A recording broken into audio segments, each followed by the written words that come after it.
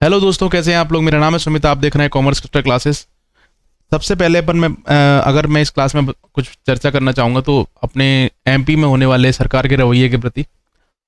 सरकार के रवैये को तो आप सभी लोग जानते हैं। 14 नवंबर को सरकार के चुनाव होते हैं और 14 नवंबर को चुनाव होने के बाद में 3 दिसंबर को रिजल्ट आ जाता है। जबकि अपना लास्ट जो पेपर हुआ था ईएसबी की वेबसाइट पर, मैं अभी बैठा हुआ हूँ तो ईएसबी की वेबसाइट पर जो लास्ट पेपर अपना हुआ है वो उसकी डेट थी 12/8 से लेके 12/9 एग्ज़ाम डेट जो थी। तो 12/9 मतलब अपना पेपर 3 महीने पहले हुआ है और 3 महीने से भी ज़्यादा टाइम निकल चुका है। किसी भी एग्ज़ाम का रिजल्ट आने में इनको 3-3, 4-4 महीने, 5 महीने, 10 महीने, 1 साल, 5 साल भी लग सकते हैं। उसका रीज़न क्या है? क्योंकि इनकी सजगता ही नहीं है। अगर आप ईएसबी की साइट देखेंगे तो होम पेज पे जाइए आप, नॉर्मली आप देखेंगे लास्ट अपडेट जो है ना वो रिजल्ट की ये वाली अपडेट है। और ये बहुत ही पुरानी अपडेट है। आप ये मान के चलिए कि इसमें कुछ भी इन्होंने मतलब होता ना कि लास्ट रिजल्ट जो भी एग्जाम के इन्होंने लिए हैं, कोई एग्जाम का कोई रिजल्ट इन्होंने दिया ही नहीं है एक्चुअल में। पुलिस कांस्टेबल का एग्जाम हुआ, आई स्कूल का टेस्ट हुआ, उसका लास्ट एग्जाम भी हो गया, प्री भी हो गया, मेंस भी हो गया।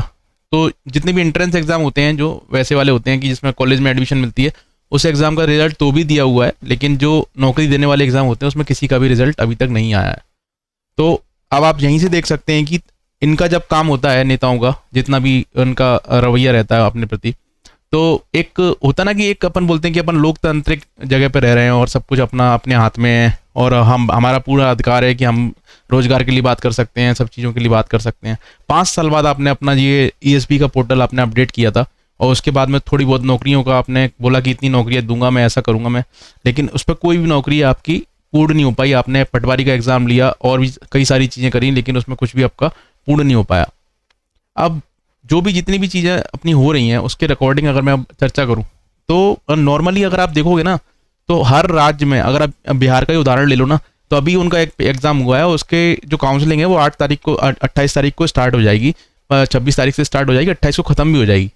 तो उनका जितना भी जो रवैया चल रहा है ना, अगर वो लोग इतना जल्दी एग्ज़ाम करा सकते हैं, इतना जल्दी रिजल्ट दे सकते हैं बीपीएससी वाले, बिहार वाले, तो एमपी में क्यों नहीं हो सकता रिजल्ट का ऐसा? वो पहली बात तो आप लोग सीट ही नहीं देते हैं, और सीट अगर देते भी हैं तो रिजल्ट देने का ही नाम नहीं देते हैं। जितने भी पटवारी का रिजल्ट आया था उस पर रोक लग गई थी, उसके बाद में कोई रिजल्ट इन्होंने प्रकाशित नहीं किया अभी तक। ना एजेंसी चेंज करी है, ना कोई एजेंडा इनका नहीं है। और ये साइट जो है वो अभी, अब मेरे को लगता है कि 3-4 साल बाद ये लोग अपडेट करेंगे, जब इनका चुनाव आएगा तब जाकर ये साइट इनकी अपडेट होने को आएगी। तो ये रवैया है हमारे रोजगार के प्रति सरकार का, क्योंकि इनको कोई मतलब नहीं है कि किसी की नौकरी लगे नहीं लगे। लाडली बहना योजना और अच्छी अच्छी योजनाएं जो लोग लेके आ रहे हैं जिससे गरीबी और बढ़े, जितनी और चीज़ें हो सकती हैं उतनी और चीज़ें हो जाए।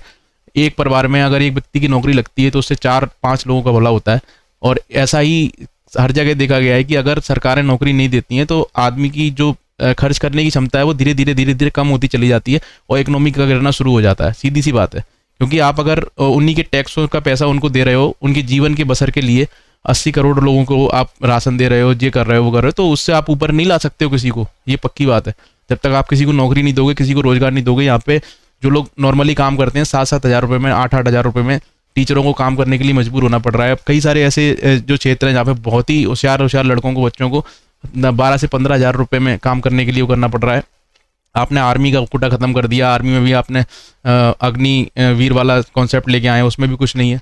तो ऐसा लगता है कि मतलब बेरोजगारों को आप मतलब कोई मतलब आप वो ही नहीं देना चाहते, प्रिविलेज ही नहीं देना चाहते। आपका कोई रवैया ही नहीं है कि बेरोजगारी खत्म करी जाए, कुछ ऐसा होगा कि उत्थान हो कुछ लोगों का। आप बोलते हो स्किल डेवलपमेंट और ये डेवलपमेंट, फलाना डेवलपमेंट, लेकिन नौकरी ही नहीं है किसी भी। अगर अच्छी आप जगह पे जाओगे, किसी भी अच्छे राज्य में जाओगे, कहीं पे भी आप चले जाओ, कुछ भी ऐसा देखने को नहीं मिलता है कि जिसमें नॉर्मली नौकरी मिल जाए। तो बच्चों को ना चाहते हुए भी बड़े बड़े राज्यों में, बड़े बड़े उसमें जाना पड़ता है, दिल्ली, बॉम्बे, बेंगलोर, पुणे, या फिर और बम्बई जैसी गुजरात जैसी जगहों पे जाना पड़ता है। तो वहाँ पे अपन जो भी चीज़ें देख रहे हैं ना, वो मात्र प्राइवेट कंपनियां जितनी भी अपना शोषण कर सकती हैं उस हिसाब से अपना चल रहा है हिसाब किताब उनका। क्योंकि उनका 12 घंटे का काम 8 घंटे में करवाना और कई सारी चीज़ों का मतलब लोगों को वो करना।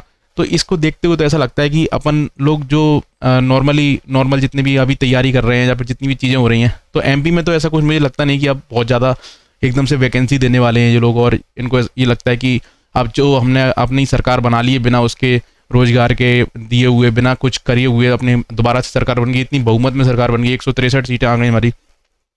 तो अब नहीं लगता मुझे कि ऐसा कुछ ये लोग सोचने वाले हैं अपने बारे में। और आप देख लेना, अगर आपको विश्वास नहीं है, कि ईएसबी का पोर्टल अब एक साल के अंदर थोड़ा बहुत भले ही अपडेट मार दें, एक आधी नौकरी जो पुरानी दी थी उसको ही अपडेट कर दें तो कर दें, नहीं तो कोई नई भर्ती इन्होंने देनी नहीं है अब।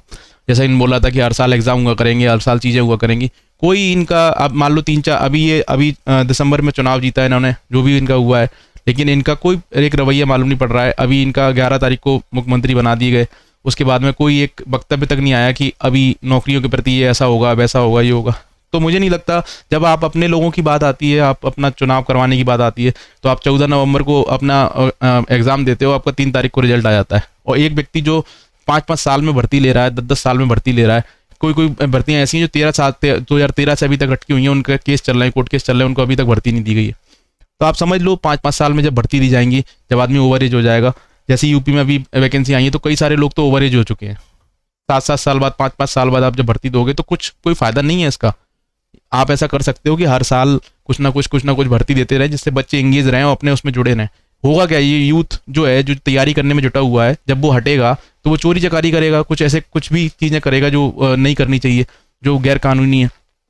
उसको करने के लिए मजबूर होना पड़ेगा जब उसके पास खाने के लिए पैसे नहीं होंगे और उसका शोषण हो रहा होगा बाजार में जाके। तो इस चीज़ पर थोड़ा ध्यान देने की ज़रूरत है सरकार को। आप इसे समझें और अपने जितने भी यूथ हैं, युवा हैं, जितने भी हैं अपने एमपी में, उनको कुछ तो आप मतलब प्रिविलेज दें, नहीं तो कोई फ़ायदा नहीं है ऐसे। अब हम लोग सब बर्बाद हो जाएंगे ऐसे, बस तैयारी करते हुए रह जाएंगे युवा, और युवाओं का कुछ नहीं होने वाला है।